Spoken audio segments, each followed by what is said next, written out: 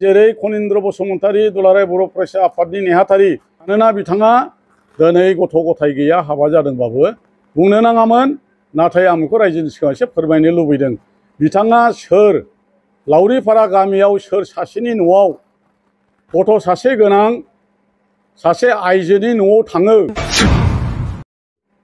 आरो बे डिभर्स जाबाय कर्टआव आरो बिथाङा बे न'खराव मा मिजिं लानानै बिथाङा गोबां लाख लाख थाखानि न' लुनानै एसि रुम गंनै लुनानै हैखो आरो बेबादिनो एबसुआव थानानै गोबां दैदेनगिरिफोर दङ जेरै लेङाइ आफादगिरि खोरोमदाव औवारि बिथाङा गुबुन हारि हिनजाव खालामनानै बियो बर' हारिनि मा मावनो। खुलुमबाय रायजोफोर जों दिनै सिनेन सारनि न'आव दावबायफैदों जोंजों लोगोसे जोङो बेहाय जोंहा BBN दङ JB दङ आरो लोगोसेनो BRB ब्रादार दङ सारखौ जोङो दिनै बयबो ज'है ससियेल मिडिया इनफ्लुएन्सार हिसाबै सारनिफ्राय जोङो गोबां बाथ्रा जोङो BTCनि सोमोन्दै आरो जोंनि थामोनथानि जोंनि हारि थांना थानायनि बेफोरखौ रैखाथि होनायनि जोंनि गेजेराव जि थासारि जानाय गुलाय गुजाय थासारि जानाय बेफोरनि सोमोन्दै जोङो सारनिफ्राय गोबां बाथ्रा मोनथिनो मोन्दोंमोन आरो दिनै फैयै फैयै जों मोनसे मोजां थासारियाव फैफिननो हमदों बे लेखायैनो जोङो सारखौहाय एस आ समाज सिबियारि हिसाबै जों सारखौ दिनै आर'नाइजोंहाय बरायनो होननानै फैदों बेनिखायनो जों सारनिसिम जोङो सम होनायनि थाखाय गोजोननायखौ बावहरग्रोबाय आरो दसे उनाव जोङो सारनिफ्राय माखासे नैबे थासारिनि सोमोन्दै फंनैसो खोथा जों मोनथिना लानो लुबैदों सारखौ बरायग्रोबाय साबायखर बावबाय दे गोजोनबाय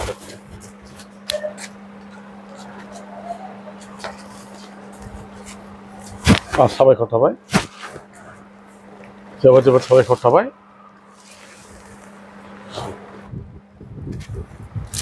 गिबियावनो खुलुमबाय नोंथांमोन साफ्रोमबो जोंनि बर' इउटिउबार एबा चेनेलफोर जाखांफुनाय नोंथांमोननिसिम आंनि गोसो गोरबोनिफ्राय साबायखर बावनाय जाबाय दिनै आङो BTCनि बिसायख'थि जोबनायनि उनाव गिबियावनो आं नोंथांमोनखौ गुबुन गुबुन चेनेलनि जानानै आंनिसिम सफैनानै आंखौ बरायनायनि थाखाय नोंथांमोनखौ आङो गोसो गोरबोनिफ्राय साबायखर बावबाय मानो होननानै बुङोब्ला गिबियाव आङो दिनै बेखौनो साबायखर बावग्रोनांगोन जे जोंनि BTCनि निर्माता BTCखौ दाजेननाय एबा आसाम गभर्नमेन्ट भारत गभर्नमेन्टजों BLTनि सोमावसारनायनि गेजेरजों दैदेनगिरि हिसाबै हाग्रामा महिलारि सारा BTCखौ 2003नि 10 फेब्रुवारियाव सृष्टि खालामनानै जे 17 बोसोर खुंनायनि उनावहाय थांनाय बोसोरबा 2020निफ्राय 2025सिम जिथु UPPLआ प्रमद बर'नि दैदेननायाव BTR गभर्नमेन्ट खालामदोंमोन बियो थांनाय 26 तारिख आगस्टआव बायनानै थांबाय आरो नै BTC सुक्ति जानायनि उननिफ्राय जे BTRनि जि मावनाय दांनाय आरो बिथांमोननि जौगानायनि आरो खोथा होनायफोरखौ मावफुंनाय आरो मावफुंगिरिफोरनि सायाव रायजो राजाया बिजिरनानै दिनैहाय BPFनि हाग्रामा महिलारिखौनो रायजोफ्रा आरोबाव सरकाराव फैफिननो थाखाय खावलायनानै दिनै लोब लोब बयबो गोसो गोरबोजों BPF हान्जानि मानगोनां आगुनि चिफ श्रीजुत हाग्रामा महिलारिनि दैदेननाय BPF दलखौनो दिनै गोबां बिजाथिफोरखौ देरहाहोनानै 28 बियाबाव देरहाहोदों आरो बिनि थाखाय गिबियावनो आङो आंनि गोसो गोरबोजों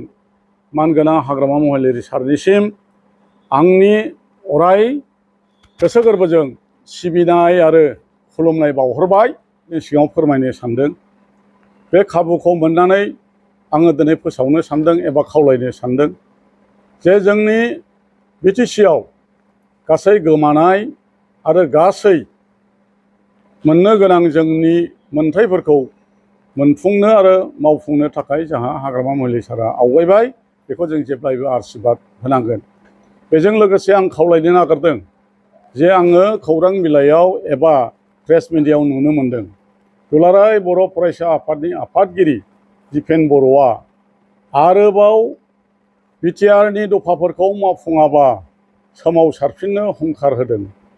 नाथाय आं बेखौसो बुंनो नागिरदों, मानगोनां दिपेन बर' नोंथाङा आरोबाव गोदानै थालिम खालामनो थारैनो नांला होननानै आं बुंनो नागिरदों। मानोना दुलाराय बर' फरायसा आफादा 2020नि 27 जानुवारियाव गोजोन गोरोबथा एबा बिटिआर गोरोबथानि गेजेरजों final and comprehensive of their demands होननानै नोंथाङा आसाम सरकार एबा भारत सरकारनि सिगाङाव जि हयथ' नोंथाङा रादाय खानानै फैबाय, बिनि थाखाय नोंथाङा आरो बड'लेण्डखौ सोमावसारनाय एबा थांखि थानो नांला। मानोना नोंथाङा जेब्लायबो बुंबाय थायो दुलाराय बर' फरायसा आफादा मोनसे माहारियारि आफाद, बियो राजनितिक आफाद नङा।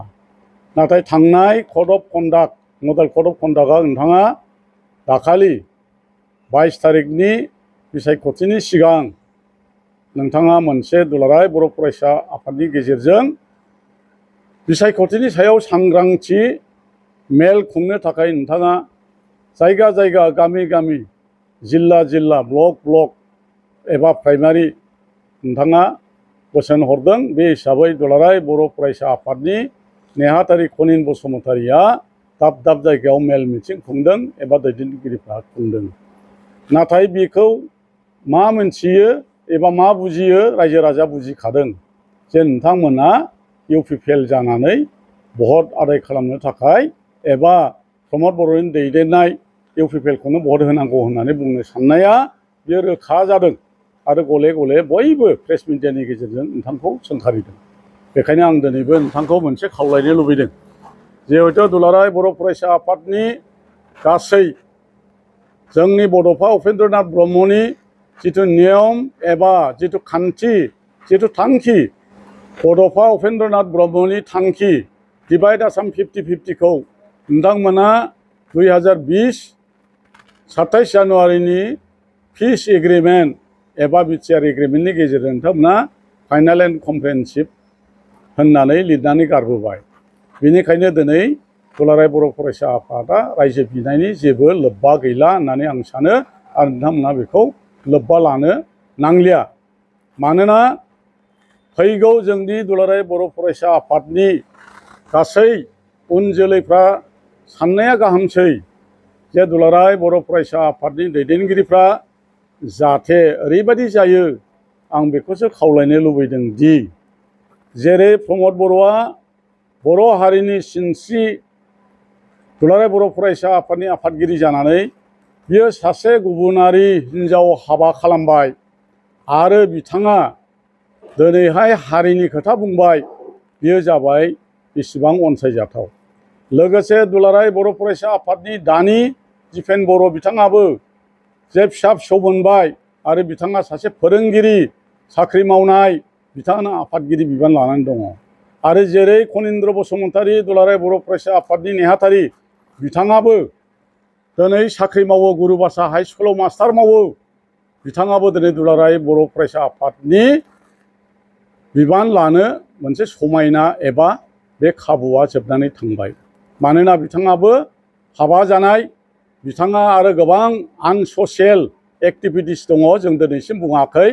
मानोना बिथाङा दिनै गथ' गथाय गैया, हाबा जादोंबाबो बुंनो नाङामोन। नाथाय आं बेखौ रायजोनि सिगाङाव एसे फोरमायनो लुबैदों।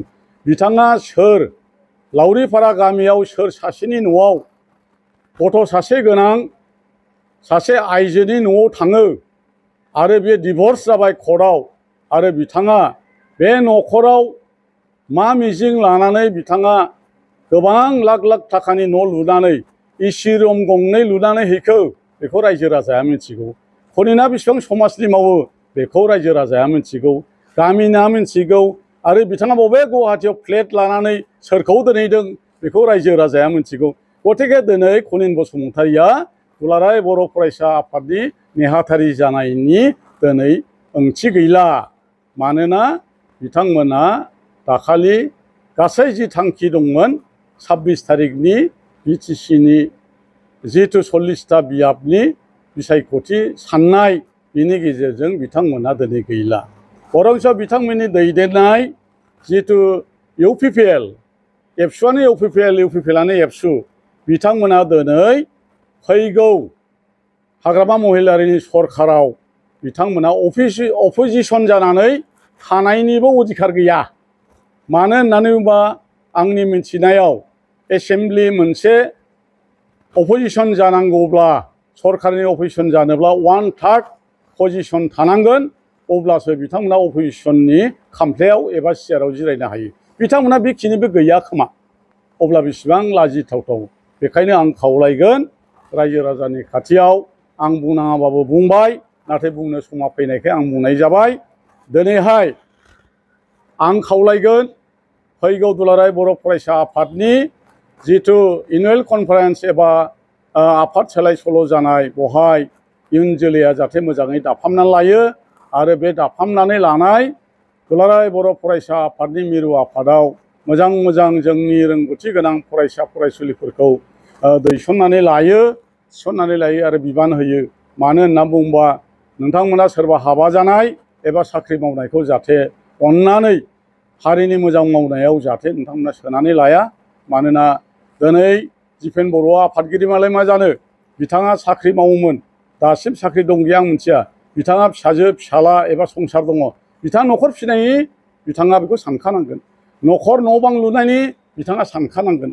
नाथाय बे NGO आफादाव थानानै बिथाङा बोरै न'खरखौ सालायदों, बिथाङाबो खस्थ' मोनगोन। बेनिखायनो बिथाङा एबसुनि बिबानखौ अब्याहति होनांगौ, गोदानै मावनो थाखाय गोथार हाबा जायै साख्रि मावै बेबादि सुबुंफोरखौ लानानै जाहाथे एबसुखौ हारिनि गोथार हाबाफारियाव आवगायलांनो होयो। बेखौनो आं दिनै नैबे बुंथिनायनि गेजेरजों खावलायनाय जाबाय। आरो बेबादिनो एबसुआव थानानै गोबां दैदेनगिरिफोर दङ, जेरै लेङाइ आफादगिरि खोरोमदाव औवारि, बिथाङा गुबुन हारि हिनजाव खालामनानै बियो बर' हारिनि मा मावनो, बेबो मोनसे सोंथि जानानै दङ। आरो बिथांमोना बिसि फिसा न' बां लुनाय फोरोंनायाव गोसो होनो ना दुलाराय बर' फरायसा आफादनि जानानै हारिखौ सिबिनायाव गोसो होनो, बे समा बारलांबाय आं सानो। दाख्लैनि 26 तारिखनि जिथु बिसायख'थि साननाय बिनि गेजेरजों बिथांमोना इउपिपिएलआ जेरै जोबस्रांदों बिथांमोननि थांखियाबो जोबस्रांलांबाय। बेनिखायनो आं आसा खालामो फैगौ दुलाराय बर' फरायसा आफादा गोथारै जाहाथे मोजां दाफुंनानै जोंनि हारिखौ दैदेनलाङो। एबसुआ जेब्लायबो गोथार आफाद, एबसुखौ जोंनो नांगोन, एबसुआ हारिखौ दैदेननांगोन। जोंनि हारिया जेसेबां दिन थागोन एबसुआबो जोंनि फिसा फिसौआ बेखौ गोथार आफाद हिसाबै दैदेनलांगोन, बेखौनो मिजिंथिनाय जाबाय। गोजोन्थों।